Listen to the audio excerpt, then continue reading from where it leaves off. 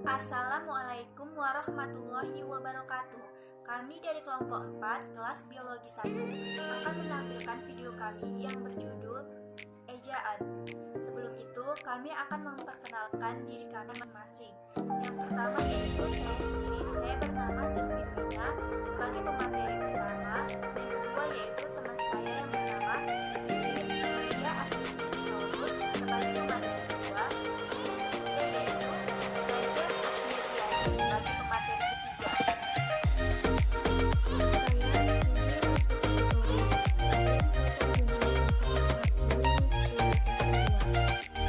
Assalamualaikum warahmatullahi wabarakatuh.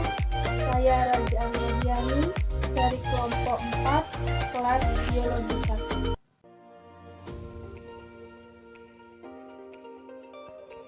Baiklah teman-teman, saya akan menjelaskan materi kami yang pertama. Yang pertama yaitu pengertian ejaan. Ejaan adalah keseluruhan peraturan bagaimana melambangkan bunyi ujaran dan bagaimana antar hubungan antara lambang-lambang itu atau pemisahan dan penggabungannya dalam suatu bahasa.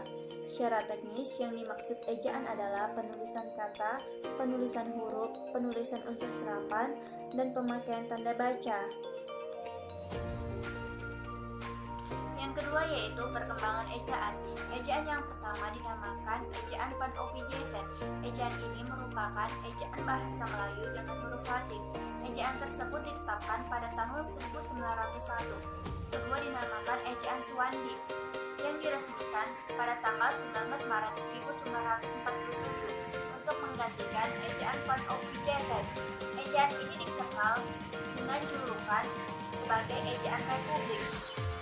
Hal-hal yang perlu diketahui sehubungan dengan pergantian ejaan, yaitu selanjutnya akan dilanjutkan kepada pemateri kedua yang bernama Widya Astuti Sitorus.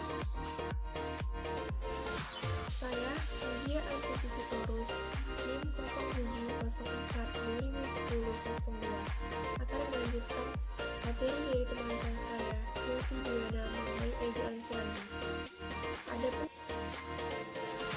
Adapun perbaikan pada ejaan Swandi ialah huruf OE diganti dengan huruf O, seperti ilmu, guru, itu, baru. Kemudian setelah itu, kata ulang bisa ditulis dengan angka 2, seperti kata anak-anak, jalan-jalan, dan kebarat-baratan. Kemudian setelah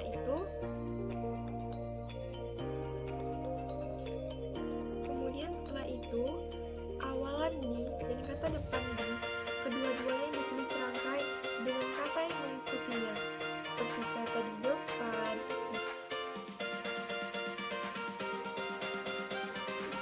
Tiga, ejaan Melindo.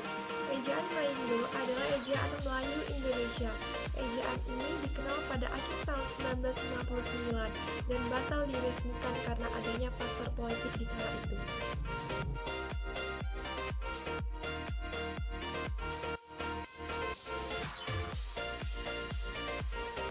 Kemudian, pada tanggal 16 Agustus 1972, melalui pidato kenegaraan, Presiden Soeharto meresmikan penggunaan ejaan bahasa Indonesia yang disempurnakan.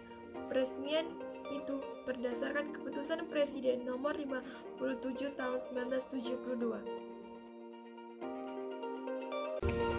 Dan materi ketiga akan dilanjutkan oleh teman saya yang bernama Raja Ahmediani sebagai pemateri ketiga. Tanda baca dan fungsinya. 1 titik untuk menandai bahwa sebuah kalimat sudah berakhir. 2 tanda koma untuk menandai dan memisahkan induk kalimat dari anak kalimat serta anak kalimat lainnya. 3 tanda titik koma untuk menandai dan memisahkan anak-anak kalimat yang setara. 4 tanda titik 2 untuk menandai urutan hal atau benda dalam membaca dengan suara. Intonasi naik pada bagian kalimat yang berakhir pada tanda ini. 5 tanda tanya untuk menandai pertanyaan langsung. 6 tanda seru untuk menandai suatu perintah atau suruhan. 7 tanda kutip untuk menandai ujaran atau kalimat langsung. 8. Tanda garis atau tanda penghubung untuk menandai pikiran atau keterangan tambahan. 9. Tanda kurung untuk menandai penjelasan atau informasi tambahan termasuk cetakan kaki dalam tulisan ilmiah.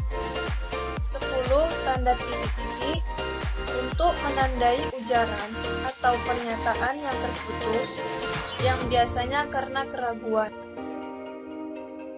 Penutup, setelah memahami apa yang telah dipaparkan di atas, kita dapat mengambil kesimpulan bahwa bahasa itu tidak terlepas dari yang namanya ejaan dan tanda baca. Ejaan dan tanda baca itu juga saling berkaitan. Oleh karena itu, ejaan dan penggunaan tanda baca perlu kita pahami dan pelajari agar tulisan kita mudah dipahami dan dimengerti orang lain yang membacanya. Ejaan sendiri mengalami beberapa tahapan sebelum akhirnya menjadi sempurna, yang seperti kita gunakan saat ini. Begitupun juga dengan penggunaan tanda baca pun perlu diperhatikan dalam penulisan karena tanda baca memiliki aturan dan tata letak penggunaannya. Kurang dan lebihnya Assalamualaikum warahmatullahi wabarakatuh.